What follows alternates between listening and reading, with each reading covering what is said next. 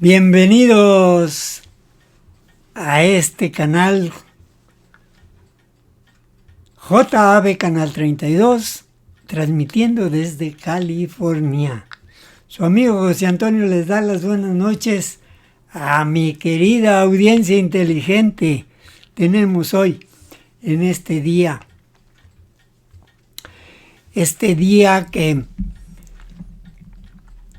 que es ya 21 de este último mes del año. Saludos cordiales, bienvenidos a esta audiencia inteligente que ya es el segundo programa donde estamos transmitiendo un canal diferente, amigos. Estamos promulgando por hacer buenas noticias, darles a ustedes, amigos, las noticias verídicas que nos sirvan, que nos hagan entender lo que está sucediendo en México. Desde luego, si le prestamos atención a todo lo que está sucediendo, pues imagínense lo que nos pasaríamos del tiempo perdido nada más oyendo chismes, oyendo que el INE, que los youtubers dicen esto, que los chayoteros dicen lo otro, y que todos están a la rebatinga y que no se sale del mismo canal. No se sale de la misma ideología, no se sale de pensar qué se va a hacer en estos 3 años que faltan. Estamos buscando, amigos, a personas que tienen esa intención. Ya no rebuscar noticias que López Dóriga se le están tomando demasiado interés a toda esa gente que no está de acuerdo con López Obrador. López Obrador ya va en el camino, amigos. Ya no necesitamos ni a López Dóriga, ni al Broso, ni a toda esa bola de gente que no está de acuerdo. Que hagan y que digan lo que quieran, pero a nosotros ya no nos van a sacar de nuestras casillas, amigos, porque estamos pendientes de lo que dicen. Que ahora, ¿cuáles fueron las noticias de López Dóriga? O las mentiras, los acomodos en su canal. Pues eso ya, yo creo que eso ya va atrás, amigos. Estamos viendo que la Cuarta Transformación ha abierto puertas, amigos. Ha abierto puertas ya en estos 3 años de estar viendo lo que está funcionando y lo que no está funcionando.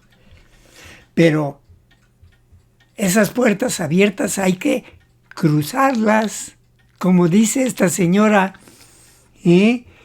esta señora que vamos a ponerla ahorita, porque tiene conceptos muy diferentes, amigos, a lo que pensamos actualmente. Se llama Elvira Concheiro. Esta señora es probable que algunos ya la conozcan, pero estamos viendo la calidad de gente, lo que dice, que está actualizada, amigos, y que ya todo lo demás, pues imagínense.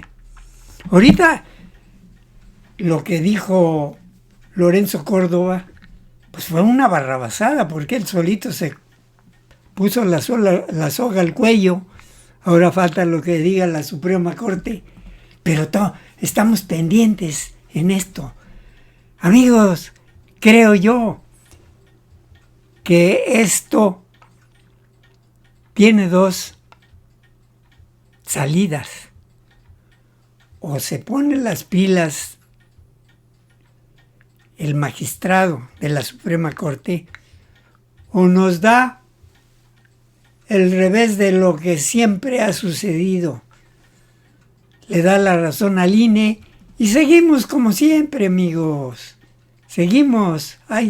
Ahí van 3 años ya con este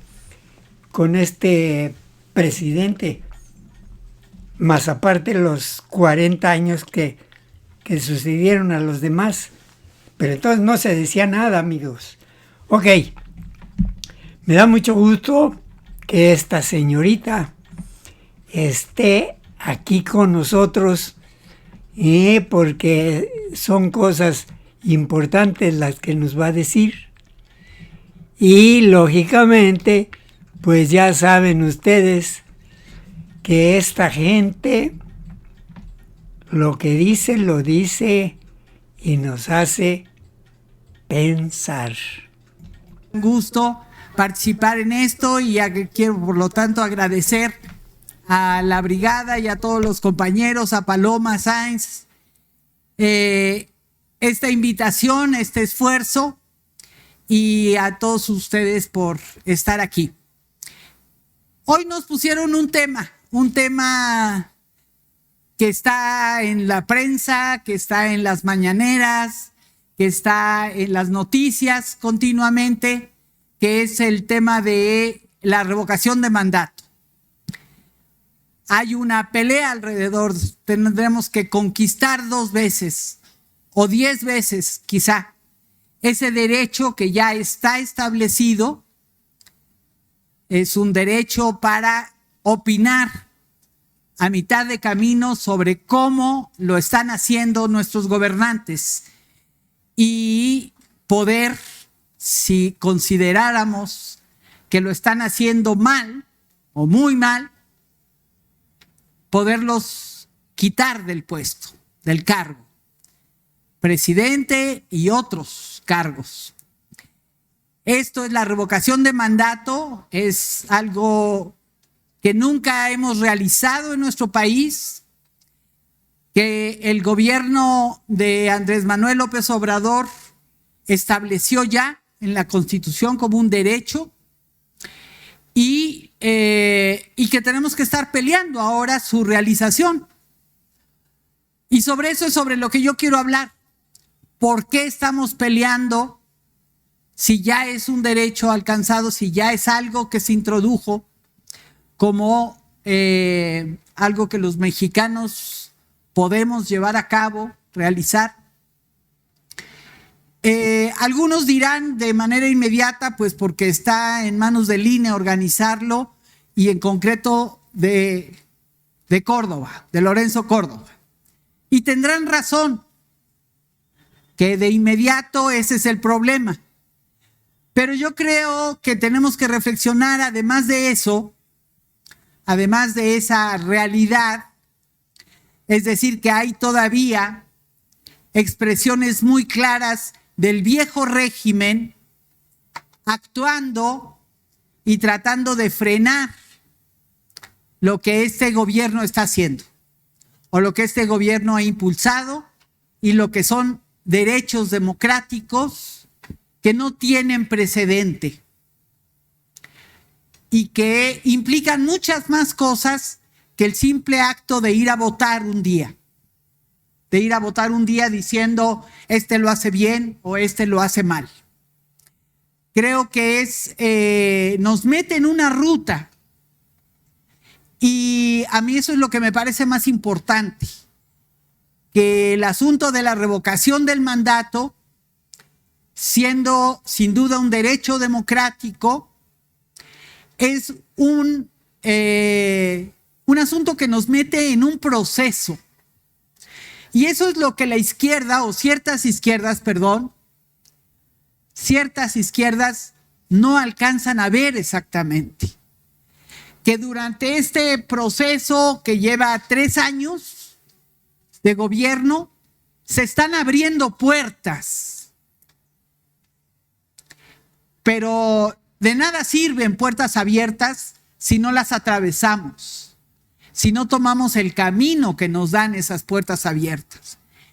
Y para mí, el asunto de la revocación de mandato es una puerta a una transformación del régimen político que fíjense ustedes, en México tenemos muchos años en un proceso de descomposición política, en parches a esa descomposición política que implicó la pérdida de la fuerza del priismo, la pérdida de fuerza del presidencialismo, del autoritarismo, del corporativismo, todos ismos que fueron inaugurados por el régimen del PRI en un estado que tuvo mucha fuerza porque fue resultado de grandes contiendas populares, de la Revolución Mexicana, después del cardenismo, pero que se fue anquilosando en un partido de Estado, en un régimen. Vamos a saludar a la compañera Citlali que está llegando. ¿Está bien? Bienvenida, Citlali. Adelante. Decía de un Estado que forjó un régimen político al que sufrió la izquierda, que sufrieron las izquierdas, y que después, sobre todo de 1968, entró en un proceso de descomposición y de debilitamiento muy claro. Los estudiantes inauguraron desde muchos sentidos, no es que no haya habido luchas anteriores, desde luego que sí, ahí están los ferrocarrileros, ahí están los maestros, ahí están los médicos en los años 50, peleando contra ese régimen que, entre otras cosas, afectaba profundamente a los trabajadores por el asunto del corporativismo y el autoritarismo, porque el que no pensaba como el PRI o no se doblegaba a los dirigentes charros, pues era perseguido, era reprimido, era asesinado. Entonces ese era el régimen político que en la segunda mitad del siglo XX entra en un serio cuestionamiento, decía, por los trabajadores en esos grandes movimientos, pero que viene a darle una puntilla muy importante el movimiento estudiantil, porque el movimiento estudiantil de 1968 es un movimiento que se realiza justamente por la demanda de las libertades políticas. Es ese régimen el que lo negaba esas libertades políticas. De tal manera que a mí me parece un parteaguas el 68, que nos pone en el centro de la lucha a un régimen político que había que modificar. Fíjense ustedes, estamos hablando de medio siglo, de 50 años, para ponerlo en el banquillo y tratar de superarlo. La historia de esos 50 años es muy interesante, muy importante, pero muy desigual. Tiene idas y venidas. Tuvimos todavía el 71, el 10 de junio, pero tuvimos muchas otras expresiones locales, hasta tiempos muy recientes, en donde esa demanda de libertades políticas no se abrió cauce. Y cuando lo logramos de manera muy accidentada, fue de maneras muy localizadas a ciertos aspectos del régimen político, no el conjunto del régimen político. De tal manera que así hemos andado medio siglo en este país por luchar contra el fraude electoral, contra represiones en ciertos movimientos, por falta de libertades plenas en el terreno político. Tan es así que una de esas demandas de libertad política, que es ahora la revocación del mandato, nos la quieren seguir el viejo régimen, los representantes del viejo régimen nos la quiere socavar, nos la regatea, nos está diciendo que ellos nos lo dan si quieren. Hoy el tribunal les dijo que no es así, que no es algo que puedan no hacer. pero la van a hacer cuando quieran, etcétera, etcétera.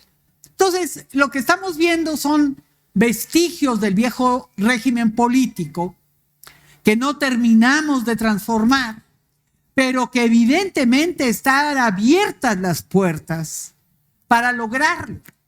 Por eso es tan importante la exigencia ciudadana de ese derecho. Que no es un derecho de manera aislada, que es muy importante. Yo lo considero muy importante, sobre todo por lo que el presidente está siempre recordándonos. Si hubiéramos contado con la revocación de mandato, a lo mejor nos ahorrábamos muchos dolores y muchas afrentas y muchos robos con los anteriores presidentes. Pero no es solo ese hecho concreto, sino que nos está abriendo una puerta que nos vuelve a hacer pensar en el régimen político en su conjunto. La 4T llegó con una cierta fuerza política, pues armada con un conjunto de otras fuerzas y de una ciudadanía no tan organizada ni tan ya, digamos, consolidada como una fuerza 4T. Tenemos que hacerlo.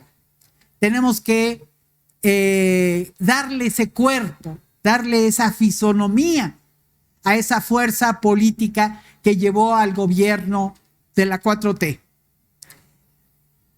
Pero esto no es lineal. Esto no es en una línea ascendente que ahí la llevamos. No, tiene retrocesos, son procesos que no están del todo consolidados, ni siquiera como partido. Ahora Citlali hablará del tema, supongo. Pero que tenemos ahí una tarea por hacer, en realidad, por darle fisonomía a una transformación de mucho más alcance que ciertas demandas concretas de libertades políticas que hemos ido arrancando. Y una de ellas, insisto, la de la revocación. Creo que tenemos que enmarcarlo en un cambio más completo. Ya no sé bien cómo se arriba a un otro régimen político de manera completa, porque hemos ido con parches aquí, parches allá, y el viejo régimen se nos mete por las fisuras que dejamos, por los lugares donde no hemos logrado o arrancado esas libertades. Entonces, tenemos una mixtura. Hoy día tenemos una mixtura, pero sí tenemos herramientas muy valiosas, extraordinariamente valiosas, y una de ellas es la revocación del mandato.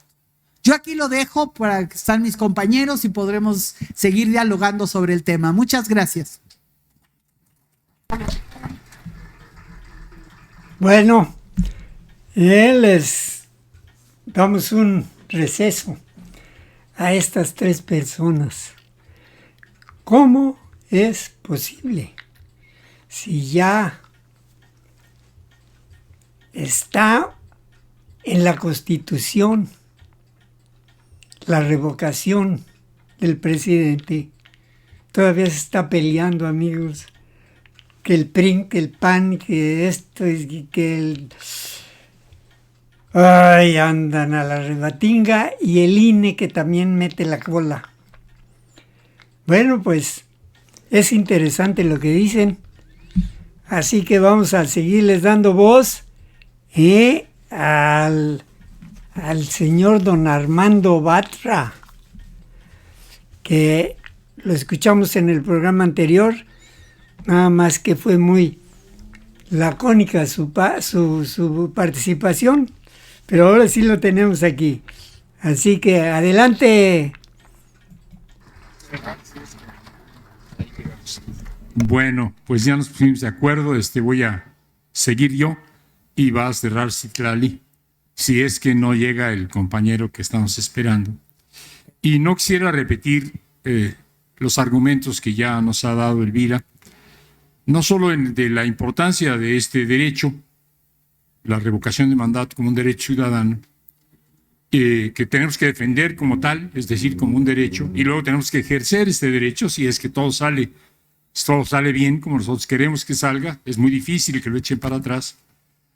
Y yo lo que quisiera plantear no es tanto la reivindicación del derecho a definir nuestra postura frente a un gobierno que está a la mitad de camino, sino algo que creo que para todos nosotros es muy importante. ¿Y cuál es la definición que vamos a tener frente a este derecho que hoy estamos reivindicando y que vamos a ejercer? Digamos en pocas palabras, lo que se nos está preguntando, lo que nos queremos preguntar es si queremos que continúe el gobierno de Andrés Manuel López Obrador y por lo tanto la Cuarta Transformación, o preferiríamos que esto terminara a la mitad de camino. Esa es la pregunta. Y aquí creo que todos ustedes, todos los ciudadanos y ciudadanas de este país, tenemos que tomar una posición.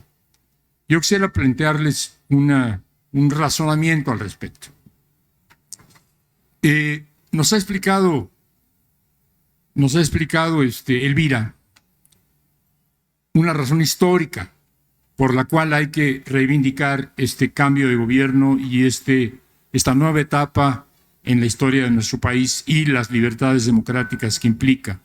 Quienes tenemos suficientes años en esto, yo tengo muchos años ya en esto, hemos vivido ese viejo régimen en todas sus expresiones, en las expresiones sangrientas de Díaz Ordaz y el 68, en las expresiones del neoliberalismo con Salinas, con Zedillo, en ese fraude democrático que fue la presunta alternancia con el PAN, que en realidad resultó no solo más antidemocrático, recuerden ustedes el intento de desaforar al observador, sino también más corrupto.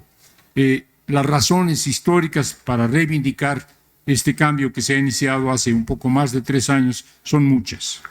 Pero la pregunta en realidad no tiene tanto que ver con la historia. Estamos con esta Cuarta Transformación porque teníamos una historia de viejo régimen que queríamos erradicar, sino qué pasó en estos 3 años. Queremos que sigan estas políticas.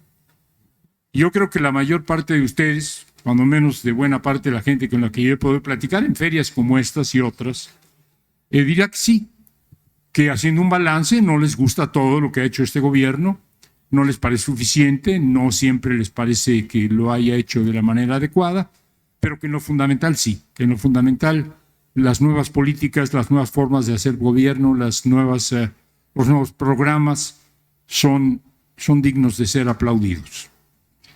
Y por esa razón muchos dirán, pues sí, hago un balance de los primeros 3 años y digo pues que continúe. Yo quisiera plantearles otras razones, igual de sólidas, no mejores. Y es que si yo voto a favor de que continúe, es decir, no por la revocación, sino por la confirmación del mandato, es porque creo que faltan muchas cosas que hacer. Es por lo que sigue, por lo que yo estoy votando. No es porque me gustó lo que hiciste, me gustó que quieres vender el avión, me gustó que ya no vives en Los Pinos, me gustó que estás combatiendo la corrupción, me gustó que iniciaste proyectos en el sureste. O sea, todo esto está bien, pero ¿qué es lo que falta? Si no votamos a favor, si no ratificamos una serie de pendientes, y tenemos muchos pendientes, se van a quedar pendientes para siempre. Se van a quedar pendientes para siempre. Pongo algunos ejemplos. Todos, creo, hemos visto las dificultades que está enfrentando el gobierno desde hace rato por tratar de recuperar la soberanía energética. No solo el tema de la electricidad, la soberanía energética. Los gobiernos anteriores, y empezando con los gobiernos neoliberales y continuando con los gobiernos panistas, igualmente neoliberales, entregaron los recursos, en este caso el petróleo, a las compañías transnacionales, primero con contratos que en realidad les permitían acceder a las rentas a las compañías y después ya de manera abierta con una reforma a la ley. Hay que recuperar esto y no es fácil. Hay contratos ya firmados. Meternos en este momento a un litigio internacional con estas compañías sería muy complicado. Lo que necesitamos es una política firme de no abrir más puertas, de no continuar con las licitaciones, de exigirles que cumplan. Lo que ha dicho López Obrador, bueno, no les podemos retirar el petróleo que ya les entregaron. Me refiero al derecho a sacarlo. El petróleo sigue siendo nuestro. No nos podemos retirar ese derecho, pero por lo menos saquen ese petróleo, porque lo único que están haciendo es especulando con las concesiones, que es la peor situación.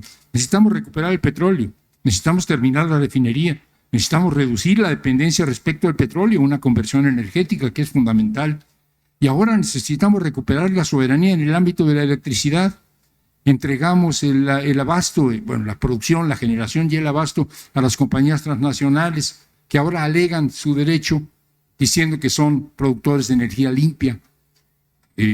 Las energías limpias, por ejemplo, que en el Istmo de Tehuantepec, para quienes hayan seguido la historia de las eólicas, de las empresas que producen electricidad a través del viento, empleando esos ventiladores o aparentes ventiladores, pues han sido confrontados por las comunidades de Juchitán, por las comunidades del Istmo de Tehuantepec desde hace muchos años, porque están lucrando con los recursos de la propia comunidad, con el suelo de la comunidad, incluso con el viento, con el aire de la comunidad. Necesitamos recuperar la generación de energía para una transición en verdad soberana hacia energías más sostenibles y necesitamos recuperar la soberanía energética en su conjunto.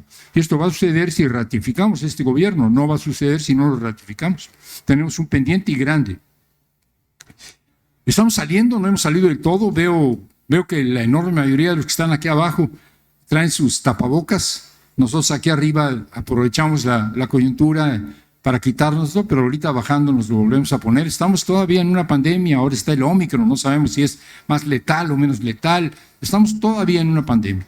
Y una pandemia no es algo que se enfrenta solo con buena voluntad, solo con solidaridad, solo con trabajo comunitario.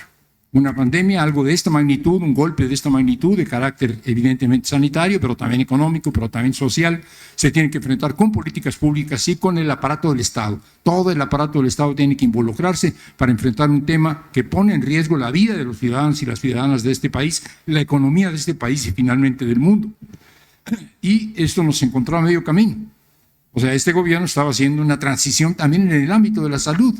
Estaba reestructurando el sistema de salud que estaba desfondado, que estaba corrupto, que estaba privatizado. Pero nos encontraron a medio camino. Ahí estaba el INSABI, que no acababa de consolidarse, y el Seguro Popular, que la gente no entendía que ya se había acabado, y de pronto viene la pandemia. La pandemia fue enfrentada con mucha solvencia. Yo no sé qué piensen ustedes, pero cuando yo me fui a vacunar,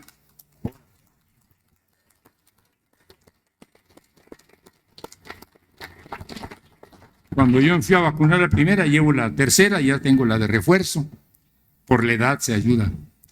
Cuando yo me fui a vacunar la primera vez, eso era una fiesta. Me tocó en Topilejo, pueblo del sur, la periferia de la ciudad. Viejitos, viejitas. Fue una fiesta, había música, cantaban, nos aplaudían, nos alentaban. Bueno, tenemos mucho que agradecerle a este gobierno y a los ciudadanos y las ciudadanas de este país, que sacamos adelante el reto enorme de la pandemia. Pero el sistema de salud sigue desfondado y la complicación es mayor, porque si antes no había un servicio suficiente, pues ahora la prioridad de la pandemia ha hecho que el servicio sea todavía más deficiente. ¿Cuánto tiempo le va a llevar a este gobierno? Yo he hablado con la gente que está al frente de esto, con el secretario de Salud. No vamos a acabar de recomponer el sistema en lo que va de sexenio. Pero si no seguimos adelante, esto se desfonda completamente. Si vuelven los de antes, esto se desfonda completamente. No sé si me explico. Queremos sacar adelante un proceso que está en curso y eso es lo que nos importa. Y terminaría diciendo otra cosa que a mí me parece muy importante y que no siempre lo enfatizamos tanto. Este gobierno, más bien no este gobierno, el perfil de Andrés Manuel López Obrador como un líder social quedaba muy claro en términos de dónde estaba su compromiso, cuál era su visión histórica y cuál era la vía que había elegido. Yo no he encontrado en verdad huecos, deficiencias, insuficiencias significativas en el perfil de Andrés Manuel López Obrador como dirigente social, como dirigente de partido, como candidato y ahora como presidente. Pero había un tema que muchos le señalábamos como una debilidad, como una ausencia, la política exterior. Digo, quienes lo conocimos, oye, Andrés Manuel, también existe el resto del mundo. Yo sé que la política exterior más importante es una buena política interior, que es lo que él repetía una y otra vez, pero existe el resto del mundo. Hay que abrirse al resto del mundo, hay que dialogar, hay que buscar apoyos, hay que buscar contactos. Y Andrés Manuel decía, la prioridad no es esta. Y tenía razón, cierto modo. no sé si sea balconearlo, pero creo que hace 10 años no tenía pasaporte. No, honestamente, o sea, le decía a su compañero ahora senador Vasconcelos, oye, te estamos organizando una reunión en Estados Unidos pues es que no tengo pasaporte. O sea, a este punto. Bien, lo que quisiera decirles, y esto explica por qué hay que ratificar su mandato, porque hay muchas tareas que hacer, es que el frente externo, la política exterior de México en este momento es realmente plausible. Si estamos haciendo bien las cosas adentro, lo estamos haciendo muy bien afuera.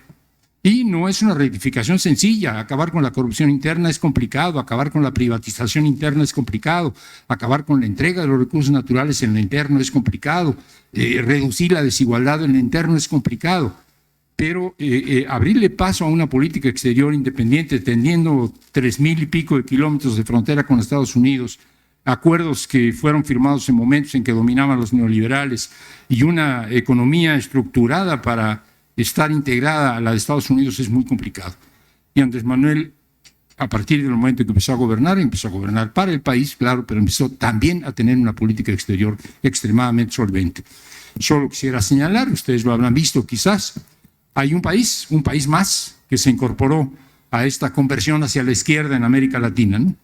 Tuvimos los gobiernos progresistas de una primera oleada que empezó con Chávez en Venezuela, que ganó la elección en 98 y luego toma posesión en 99, todo esto del siglo pasado, y se arranca esta oleada de nuevos gobiernos en América Latina de izquierda, Lula da Silva en Brasil, Kirchner, primero Néstor, luego Cristina en Argentina, Evo Morales, Correa, Tabaré Vázquez y Pepe Mujica en Uruguay, el obispo Lugo al que desbancaron con un golpe de Estado en Paraguay y así sucesivamente. Y ahora viene una segunda oleada que se inicia con Andrés Manuel López Obrador, exactamente a 20 años de que Chávez gana en Venezuela, gana en el 18 Andrés Manuel en México y inicia una segunda oleada. No es solo México, Argentina regresa al redil, la izquierda vuelve al gobierno en Argentina y en Bolivia se echa para atrás el golpe de Estado.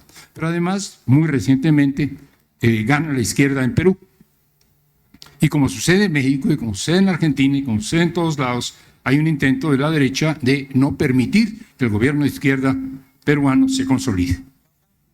¿Perdón? Ahora Honduras. Y Honduras, que acabamos también de tener. Luego se me olvida Centroamérica porque tengo un problema con Nicaragua, pero eso lo hablamos después. El hecho es que ciertamente en Honduras también ganó la izquierda. En Perú ganó una izquierda muy abierta, muy fuerte, muy franca. Y hay intentos de desplazarlos, hay intentos de no permitir que se consoliden. Y México está jugando un papel muy importante. México se le está jugando en este momento, diríamos en términos diplomáticos, pero también en otro tipo de apoyos, vacunas, etcétera, con Perú. Yo creo que esto es algo que hay que alentar. Tenemos otra vez la CELAC, por ejemplo, es decir, una convergencia de países latinoamericanos en las que no está Estados Unidos y no está Canadá, y sí están los países caribeños, que le está reanimando México. Tenemos una postura frente a la OEA, que México es la que ha planteado la postura crítica, no podemos seguir con una OEA, Esta política exterior necesitamos que continúe, no solo por nosotros, sino también por el destino de América Latina. Si los peruanos se quedan solos, si los argentinos se quedan solos, también ellos están sufriendo golpes serios de carácter electoral. Si los bolivianos que tuvieron el apoyo de recoger aquí, de proteger aquí al presidente. Bueno, déjenme terminarle lo que está usted diciendo, mi querido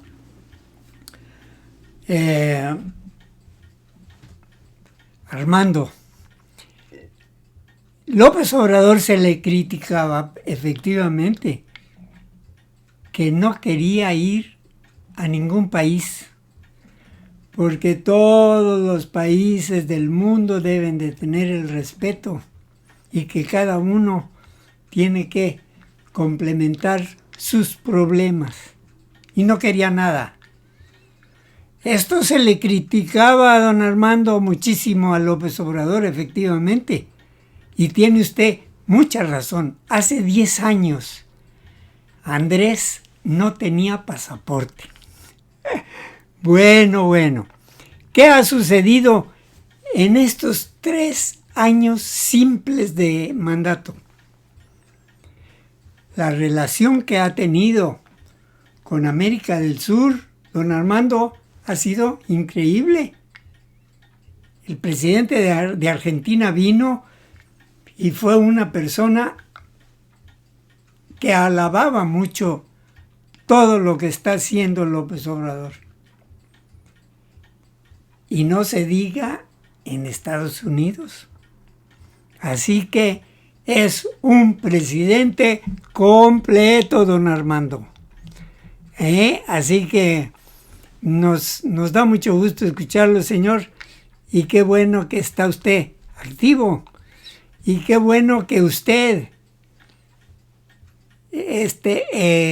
Elvira y Citlali, bueno, Citlali ya nació después, pero usted, Elvira, y yo fuimos personas presenciales de las diferentes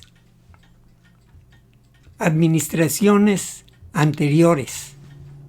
Que yo me acuerde completamente Miguel Alemán. A lo mejor usted se acuerda de Lázaro Cárdenas, yo me acuerdo apenitas. Pero usted ha de haber tenido una muy buena oportunidad de jovencito. Y le hemos seguido la pista a todos los demás. Así que esto que estamos haciendo en este canal, apreciables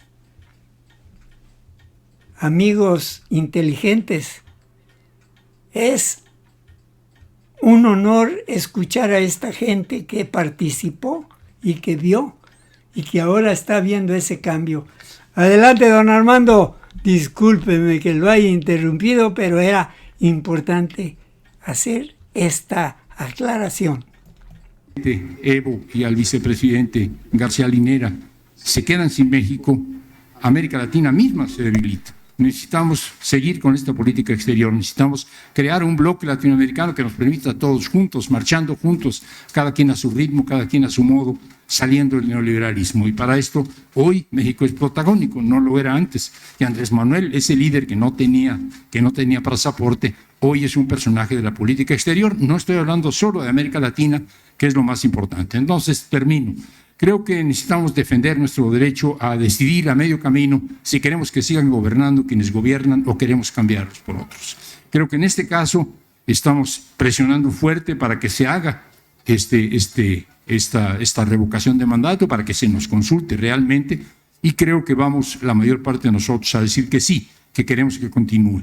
Yo quisiera recomendarles que pensemos no únicamente en lo que ha hecho bien y queremos aplaudirlo y premiarlo para que vea que sí apreciamos sus políticas hasta ahora, sino que digamos que sí por lo mucho que falta por hacer y por lo mucho que se quedaría en el tintero si no logramos que este gobierno de la Cuarta Transformación siga adelante. Tenemos un problema de soberanía energética, tenemos un problema de soberanía alimentaria, tenemos un problema serio de seguridad en términos de la salud, y tenemos una tarea internacional fundamental.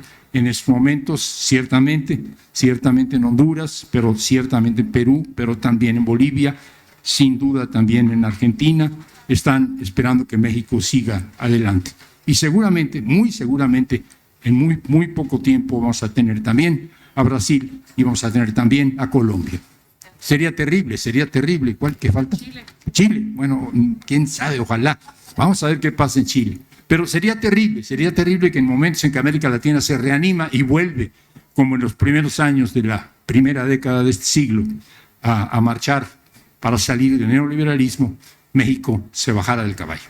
No lo podemos permitir, tenemos que hacer que el plebiscito se cumpla y tenemos que votar en el plebiscito porque Andrés Manuel cumpla las tareas que todavía no ha podido porque llevamos nada más, poco más de 3 años. Gracias.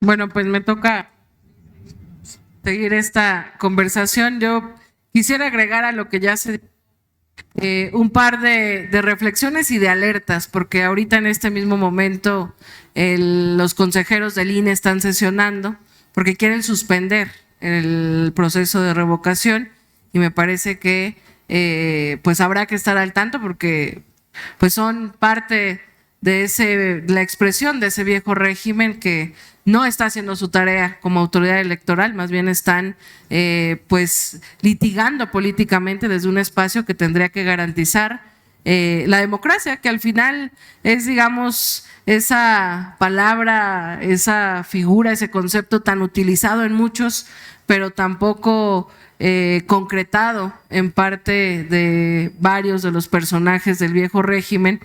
Y es que si pensamos en estos 50 años que decía Elvira, pues a mí me parece que el pueblo de México ha estado conquistando su democracia a pesar de los embates brutales, es decir, del 68 al 18, en el que por fin pudimos llevar a la presidencia a una persona que nos represente y a implementar un nuevo proyecto de nación, pues pasaron muchas cosas, muchos actos de oposición, de resistencia, la expresión del pueblo, por lo menos en términos electorales, en el 88 nos hicieron fraude, y digo nos hicieron, yo todavía no nacía, pero al final nos asumimos herederos de esas luchas. En el 88 hicieron un fraude electoral. En el 2000, un sector de la población, hay que reconocerlo, creyó en que Vicente Fox era el cambio, manifestó su expresión popular a favor de Vicente Fox, y al primer momento no solo traicionó la democracia, sino al pueblo de México, porque resultó no solo que era más de lo mismo, sino que era un gran cómplice del modelo neoliberal. Y luego en 2006 nos hacen fraude electoral, en 2012 nos hacen fraude electoral también a través de la gran compra de votos, y es hasta 2018 que ese anhelo del pueblo mexicano se concreta. Y yo creo que a partir de ese momento inicia una historia que será un proceso de larga data, en el que apenas llevamos 3 años después de ese momento irruptivo que logramos tomar el poder como pueblo mexicano por la vía democrática, pacífica, electoral.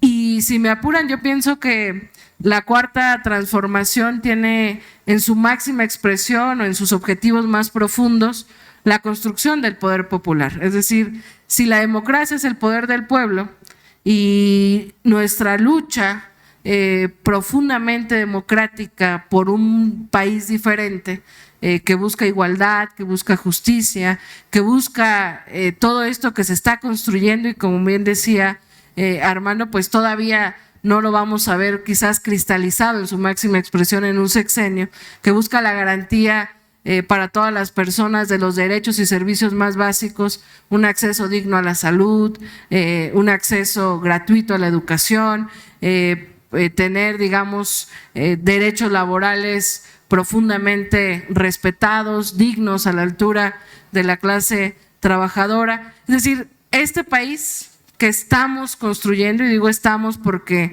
nos asumimos parte de la Cuarta Transformación, miles de personas y millones, yo creo que hay que asumir que esta gran batalla por construir una nueva nación, pues es una tarea de millones de personas. Y apenas llevamos 3 años, porque cimentar otro país va a llevar mucho tiempo, y probablemente, bueno, no probablemente, yo creo que cuando decidimos luchar por mejorar las realidades, pues llega un momento en el que concluimos que vamos a luchar hasta el final de nuestras vidas. Y en esas luchas habrá logros, habrá victorias, habrá derrotas, habrá decepciones, pero siempre habrá avances que cimenten mejores realidades para quienes vienen detrás. Y estamos a mitad de ese camino del primer sexenio de la Cuarta Transformación, porque por supuesto le apostamos a seguir gobernando y a seguir construyendo este nuevo país. Y el presidente va a cumplir una de sus promesas, someterse a la evaluación del pueblo de México a la mitad de su periodo, donde la gente va a poder expresar si quiere que se le revoque el mandato o que siga en la presidencia. Por supuesto, la oposición se desgarra las vestiduras y dice que es una trampa porque pues el presidente está ejerciendo un acto de ego y que quiere ver manifestada su popularidad. Pues bueno, la realidad es que el presidente va a cumplir una promesa y está, digamos, poniendo el ejemplo para que la ciudadanía nunca más permita tener malos gobiernos y sepa que existen las herramientas para poder quitar a esos gobiernos que lastiman, que engañan, que traicionan, que roban, que generan desdén, porque si se ha mantenido, si se mantuvo en su momento tanto tiempo el viejo régimen, yo creo que fundamentalmente ha sido porque había una expresión cínica desde el poder y una impunidad. Se creían impunes, creían que la gente jamás se iba a dar cuenta de sus fechorías, del saqueo a la nación, de que mentían, de que robaban. Y yo creo que después de esta revocación, de este ejercicio inédito, histórico, pues sin duda va a cambiar la vida democrática de nuestro país. Es decir, esa expresión del poder popular, esa garantía de que nosotros podemos poner, pero también podemos quitar, sin duda es algo que va a ser pues una herramienta hacia adelante. Y por eso es que hay quienes están temerosos de que se ejerce y se concrete esta herramienta, y por eso hay quienes intentan deslegitimar, como lo intentaron con la consulta popular, ahora con este proceso de revocación de mandato.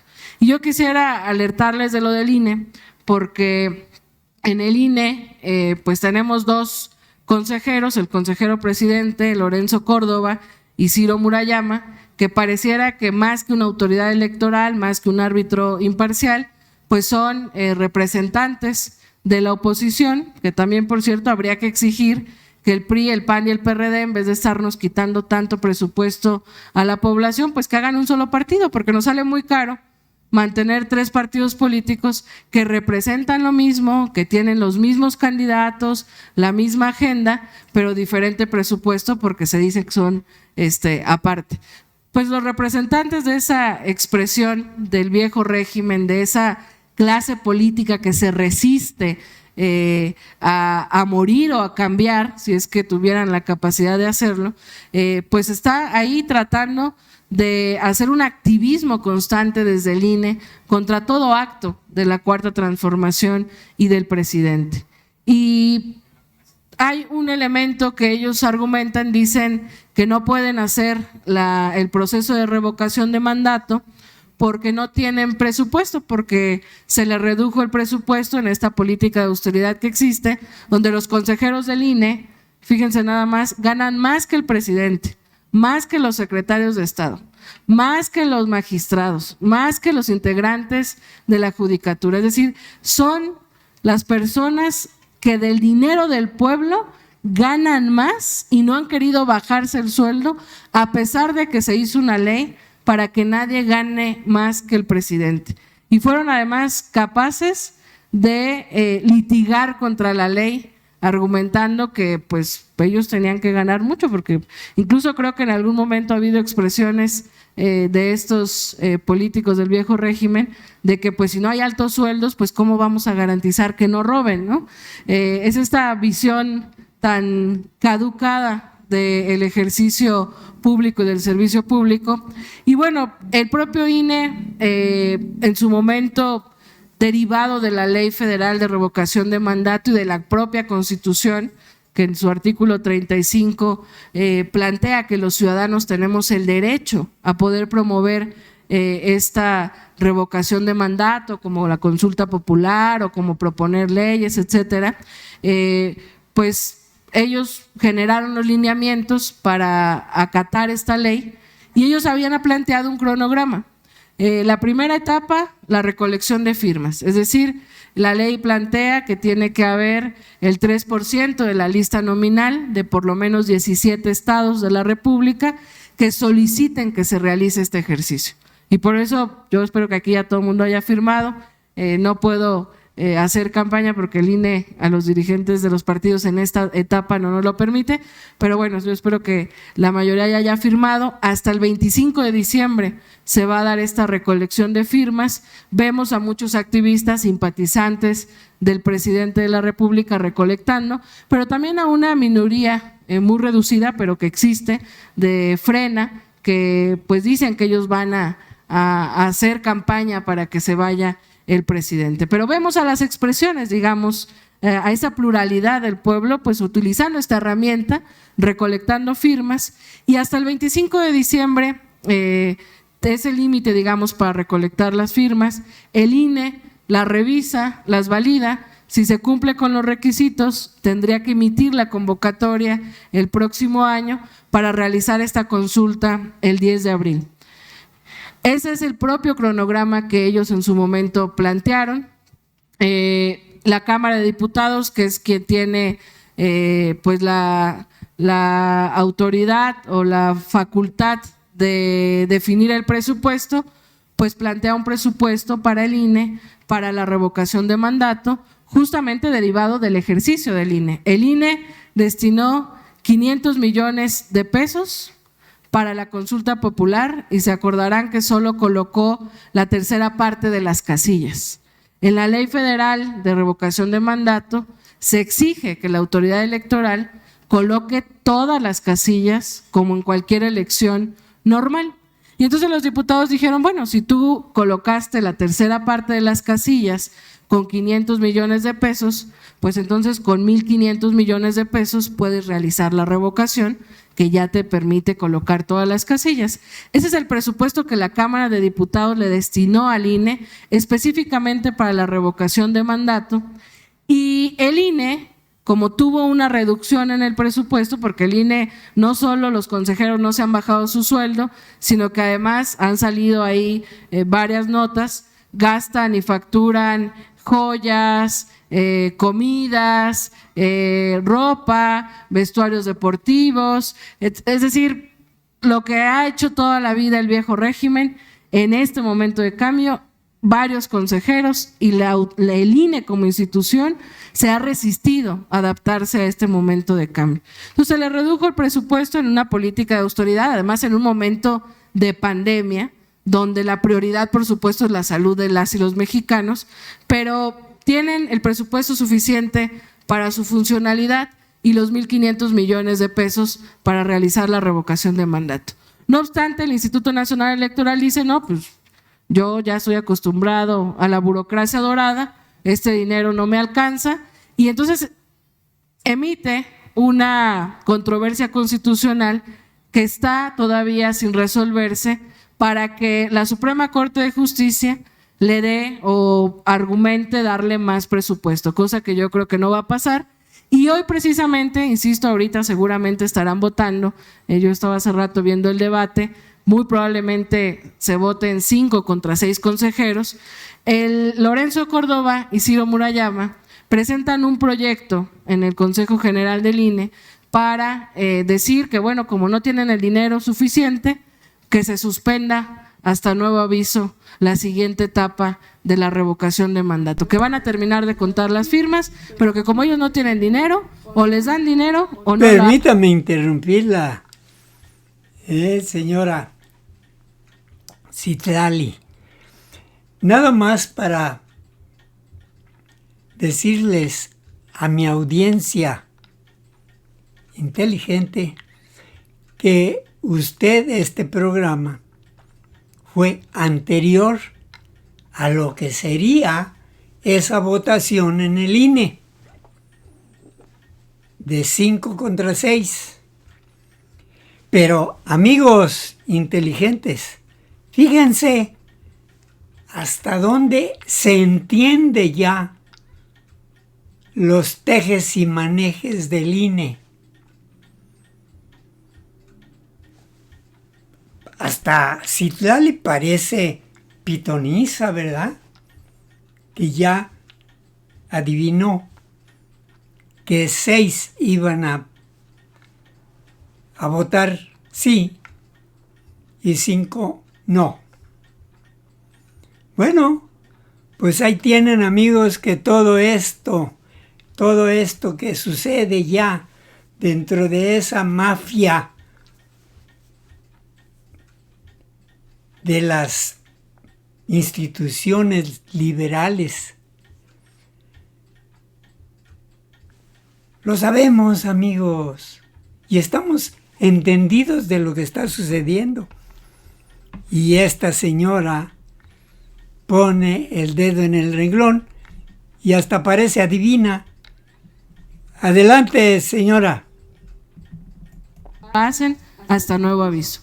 Ahorita está esta discusión, algunos consejeros dicen, oye, pues es un mandato constitucional, es un mandato de ley, que hagamos este ejercicio de revocación, más si la gente reunió las firmas para exigirlo, si cumplió con los requisitos, pues no podemos desacatar este mandato constitucional y más bien ajustemos el dinero que tenemos para garantizar este ejercicio. No sé si ya se haya votado, hace ratito seguían discutiendo, pero por como se veía el debate, 6 consejeros estarían aprobando este acuerdo en el INE y 5 estarían en contra, y de caso de que se apruebe, pues la autoridad electoral estaría suspendiendo la realización de este ejercicio revocatorio. Y lo hacen, por supuesto, el presupuesto es un pretexto, ¿no? Porque tienen, el argumento claro es, destinaron 500 millones de pesos a la consulta popular y colocaron la tercera parte de las casillas.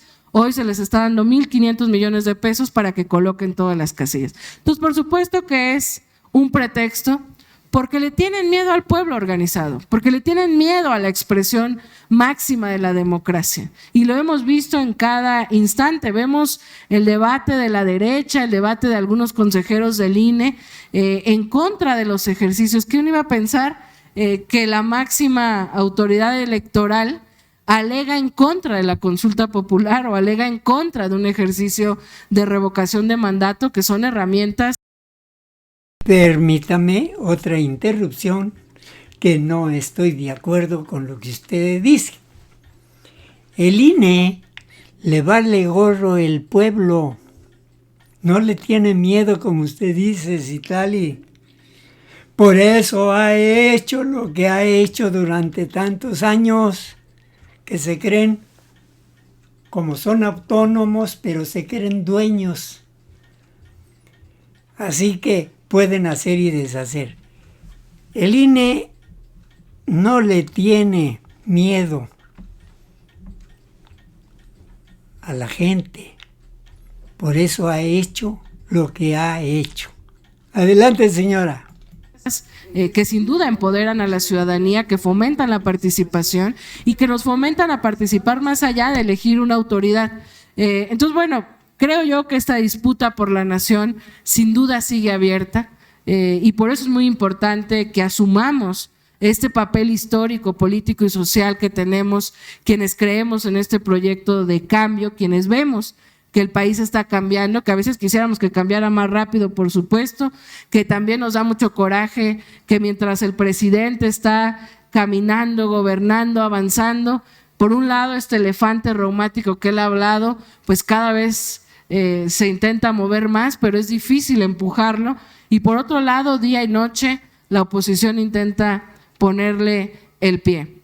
Pero de que la construcción de una nueva patria está en marcha, y la disputa abierta sobre qué país tenemos, si continuamos la transformación o si regresa el viejo régimen, todos los días la vemos en una pugna constante. Afortunadamente, en un marco democrático, como lo ha dicho el presidente en sus mañaneras, hay una disputa abierta por el país, hay una lucha política entre quienes quieren conservar las cosas como estaban y quienes queremos cambiarla, pero afortunadamente ha sido sin violencia, ha sido de manera pacífica, y eso amerita pues el doble o triple compromiso de la ciudadanía, no solamente en ejercicios como el revocatorio, donde sin duda vamos a luchar y me parece que cada vez se vuelve más necesaria esta exigencia de llevar a juicio político a Lorenzo Córdoba y a Ciro Murayama, porque están atentando contra una institución democrática y es una de las razones que constitucionalmente pues se da para poder fomentar un juicio político. Hay que seguir luchando y hay que ver qué pasa en los próximos días, en las próximas horas sobre este tema de la revocación de mandato. Hay que participar, por supuesto, hay que fomentar la participación, hay que hablar la importancia de esta herramienta, pero me parece que los próximos 3 años hay que estar mucho más activos como ciudadanas y como ciudadanos, acompañando no solo la lucha del discurso político, sino también la acción de gobierno. Y yo aquí, y con eso termino, resaltaría lo que mencionaba hace rato nuestro querido Armando Bartra, el tema de la reforma eléctrica. La reforma eléctrica es probablemente la acción más potente contra el modelo neoliberal y la política de saqueo que lastimó a nuestra nación en los últimos años. Hicieron una ley a modo, al servicio de intereses transnacionales y corruptos, la aprobaron con sobornos, Ricardo Anaya era el presidente de la Cámara de Diputados, la discutieron entre comillas en 7 minutos, se acordarán quienes sean militantes, simpatizantes de Morena, que estuvimos en el cerco al Senado en su momento tratando de detener esta reforma energética, dijeron que iba a bajar la luz, no bajó. Y ahí vemos, digamos, vulnerada nuestra soberanía energética. Decían y dicen ahora la derecha que de aprobarse la reforma eléctrica vamos a ahuyentar la inversión extranjera. Es falso, porque resulta que no había inversión extranjera, que estas empresas transnacionales utilizaron nuestros ahorros del Banco del Desarrollo. Es decir, era un negocio redondo auspiciado por el dinero de la gente, entorpeciendo o debilitando la empresa del Estado, que es la Comisión Federal de Electricidad, y para hacer negocios para unos cuantos. Por eso la reforma que está proponiendo el presidente pues busca poner orden en esta o detener esta política del saqueo y también construir una visión de futuro. Tenemos litio, que es prácticamente el petróleo del futuro. Todos los que estamos aquí tenemos litio procesado en la batería de nuestros celulares, en las baterías de las cámaras, es decir, es digamos uno de los minerales más importantes para desarrollar muchas cosas hacia adelante. Y esta reforma también plantea, no solo como derecho humano garantiza la energía eléctrica, sino también plantea algo de lo que habla la derecha, que dice que nosotros estamos solo fomentando energías sucias. Habla de la transición energética como una obligación del Estado mexicano. Esto implica no solo que el Estado mexicano fomente energías limpias, sino que también vaya generando un proceso en el que cada vez más podamos, o más bien cada vez podamos depender menos de las energías fósiles o de carbón. Entonces, esta reforma eléctrica sin duda es una reforma importante que atenta contra intereses oligárquicos y empresariales corruptos muy fuertes y que me parece que amerita también un acompañamiento del pueblo de México. Informarles, y ahora sí ya con eso termino, que desde Morena se va a promover una discusión, todos nuestros diputados federales van a salir a sus distritos a informar, a hablar, a hacer foros, a discutir sobre la reforma eléctrica, porque cuando se dé esta discusión tendrá que quedar muy claro que la votación que den las y los diputados va a ser a favor de la soberanía energética y del desarrollo de nuestro país o a favor de los intereses empresariales de unos cuantos. Quienes se atrevan después de una gran discusión pública y después de que el pueblo de México conozca esta reforma eléctrica a votar en contra de la reforma, sin duda pasarán a la historia como unos grandes traidores a la patria. Si después de esta discusión hay incluso legisladores de otros partidos que se sensibilicen y que entiendan la importancia de esta reforma, pues también reconoceremos que habrán votado con altura. Pero como ellos siempre creen que pueden votar y decidir en lo oscurito y que no pasa nada, pues por eso de repente se atreven a actuar con tanto cinismo. Pero ahí tenemos que estar vigilantes, informando, hablando con nuestros vecinos, con nuestros amigos, con nuestros familiares, y por eso yo creo que fomentar la participación ciudadana y el ejercicio del poder popular es fundamental, y la revocación de mandato sin duda es una expresión de ella. Me disculpo por haberme prolongado. Muchas gracias. Ya se acabó. Bueno, ya está aquí, miren la votación. Lorenzo Córdoba, por supuesto, a favor. Él propuso este proyecto de suspender la revocación. Norma Irene de la Cruz en contra. La consejera Carla Astrid Humphrey en contra. Ucvic Espada en contra. Ciro Murayama a favor. Martín Faz Mora en contra. el consejero José Roberto Ruiz a favor, Adriana Favela en contra, Claudia Zavala Pérez a favor, Daniela Rabel Cuevas a favor, Jaime Rivera Velázquez a favor. Son 2, 3, 4, 5 en contra y 6 a favor, como les había dicho. Bueno, gracias. No tan bueno. Bueno, sí.